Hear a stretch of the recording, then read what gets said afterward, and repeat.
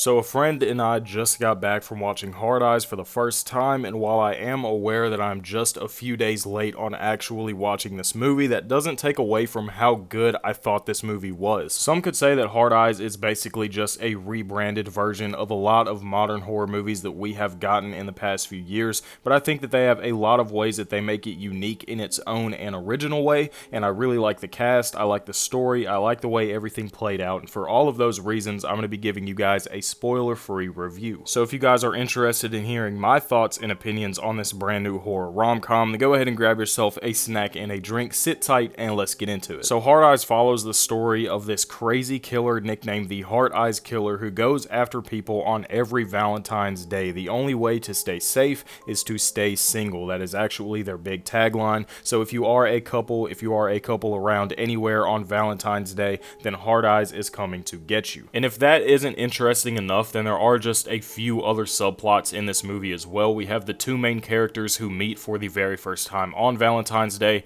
We find out that Allie, who is played by Olivia Holt, is actually fighting for her job. So apart from there just being some crazy killer chasing couples, we have a few other stories within this movie that we have to follow as well. We have an incredible cast in this movie. Like I said, we have Allie, who is the main girl character played by Olivia Holt. We have Jay, who is played by Mason Gooding. He's going to be the co-main character in this movie. And then we have some incredible detective characters played by Jordana Brewster and Devon Sawa. They all did incredibly well when it comes to their roles. The chemistry between Allie and Jay in this movie is very apparent. They definitely seem like they had just met for the first time on this Valentine's Day, but they also do a really good job at showing that they have both already fallen for each other, therefore making this main couple that we're going to be following throughout the movie. The chemistry, the acting, everything between these two was so good. There's also a very surprising amount of comedic elements in this movie too. I think that a lot of parts were really funny, and this is something that they really don't shy away from at all. While this is a rom-com horror movie, I didn't expect to actually laugh at some of these parts, but they did really good with the comedy. They had me laughing, they had my jaw drop throughout several moments, they had me kind of squeaming at some of the kills and some of the gore in this movie. Everything about it just wrapped around. Nothing was too much, nothing was too dull. All of it was very cool. Another thing that shocked me in this movie was the fact that I was never bored throughout the entire thing. The thing with a lot of horror movies, especially modern horror movies, is they have their really good parts, they have their decent parts, and then they have the parts where you literally get tired in the movie theater. This movie didn't have any of those parts for me. I was very interested and intrigued throughout the entire thing. I didn't get bored, I didn't get tired, I didn't think that anything was just dragged out too long. I think that all of it was paced very well. Hard Eyes is definitely a Scream type movie as well. If you're a fan of a mass killer whodunit scenario, then you're definitely going to like Hard Eyes. I got a lot of Scream vibes throughout this entire thing, and Scream is one of my favorite horror franchises ever. I loved the mass killer, I love the whodunit type thing, I love the friend group that you might have a possible killer, the strangers that you meet that might be a possible killer.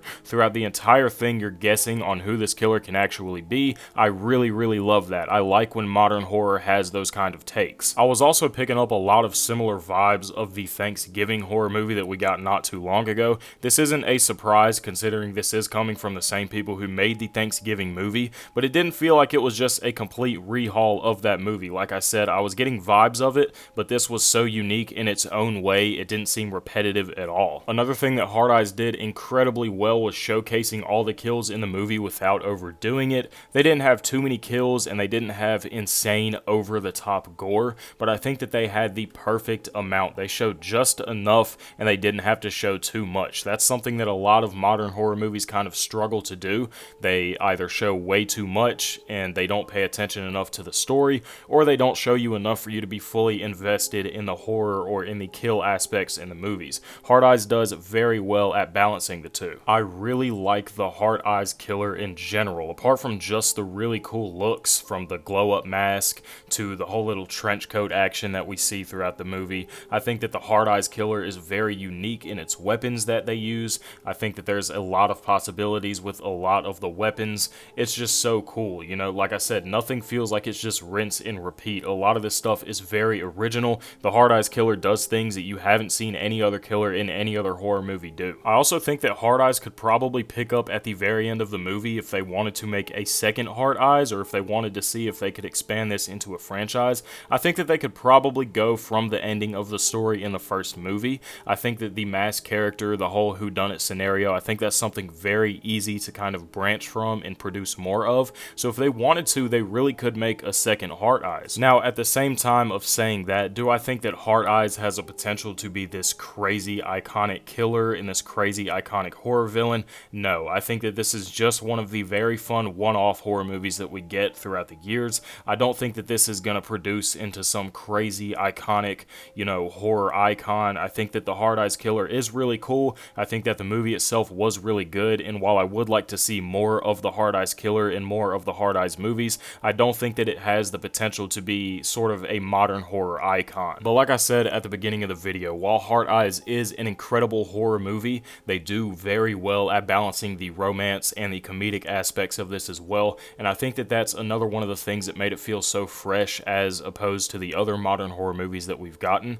I think that the romance mixed with the comedy, mixed with the horror, with the kills, the gore, just the Heart Eyes killer themselves, and then you add another aspect of the whodunit masked character on top of that, that makes this movie very, very good, very intriguing, very interesting, and I don't think you'll be disappointed if you are to go and watch it. So at the end of the day, do I recommend you go and see this movie? 100%. You do not want to miss out on this movie, especially for your very first theater experience watching this movie. I kind of wish that I could go back and watch it again after seeing it for the first time. The movie is that interesting. I probably will go back and watch it again, but I think you definitely need to go and watch it while it is in theaters. If you have already seen Heart Eyes, then let me know down in the comments what you thought about it. Let me know if you enjoyed it as much as you thought you would, or if you feel like it was just lacking in certain aspects. I hope you guys enjoyed this spoiler-free review. If you did, then be sure to let me know by leaving a thumbs up and subscribing to the channel. And if you are going to subscribe to the channel, then you might as well click that notification bell as well, because it is literally right there. Another thing you can do if you enjoyed this video or any other content on my channel is you can now become a YouTube channel member for this channel.